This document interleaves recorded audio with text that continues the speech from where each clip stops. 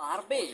এই ম্যাচ জয়লাভ করতে বাংলাদেশ প্রথম ইনিংসে পাকিস্তানের বিপক্ষে 413 রান করলেও কিন্তু দ্বিতীয় ইনিংসে অতটা পরিমাণ রান করতে পারেনি, মাত্র 238 রানে 88 রানে অল আউট হয়ে যায় বাংলাদেশ। কিন্তু এখন টার্গেট দিয়েছে 266-68 রান।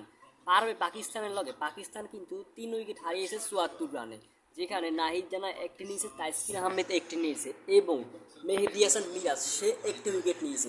দেখা যাক এখন পাকিস্তান পারে কিনা, বাংলাদেশ পারে কিনা পাকিস্তানকে ওই 268 রানের ভিতরে অল আউট করতে পারে কিনা এই মিরপুর ম্যাচ। যদিও মিরপুর ম্যাচ মানে কিন্তু সেরা। দেখেন নাহিদ জানা 4 ওভার বোলিং করে 24 রান খরচ করে একটি উইকেট পেয়েছে, মেহেদী হাসান একটি উইকেট পেয়েছে, তাসকিন আহমেদ একটি উইকেট পাইছে। এখন দেখা যাক সামনে কীরকম হয়। এমন ব্যাটিংয়ে নাজমুল শান্ত দুর্দান্ত ব্যাটিং করছে, প্রথম ইনিংসে সেঞ্চুরি, দ্বিতীয় ইনিংসে প্রায় সেঞ্চুরি কাছে আউট হয়ে গিয়েছে, মাত্র 25 রানের জন্য পারেনি। দেখা যাক এখন নাহিদ জানার বোলিং দেখেন কত সুন্দর, দারুণ বোলিং করতেছে, এই যে দুর্দান্ত বোলিং। এই নাহিদ জানাই হয়তো একমাত্র ম্যাচের টার্নিং পয়েন্ট আসতে পারে। গত ম্যাচে দেখা গিয়েছে তাসকিন আহমেদ কি মেহেদী হাসান মিরাজ সে 5 ওভার তুলে নিয়েছিল। এখন দেখা যাক এবার মেহেদী হাসান নাহিদ জানা পারে কিনা 5 ওভার তুলে নিতে। আর 2টা উইকেট নিতে পারলেই হয়তো বা বাংলাদেশ ম্যাচ হাতে নিয়ে আসতে পারবে।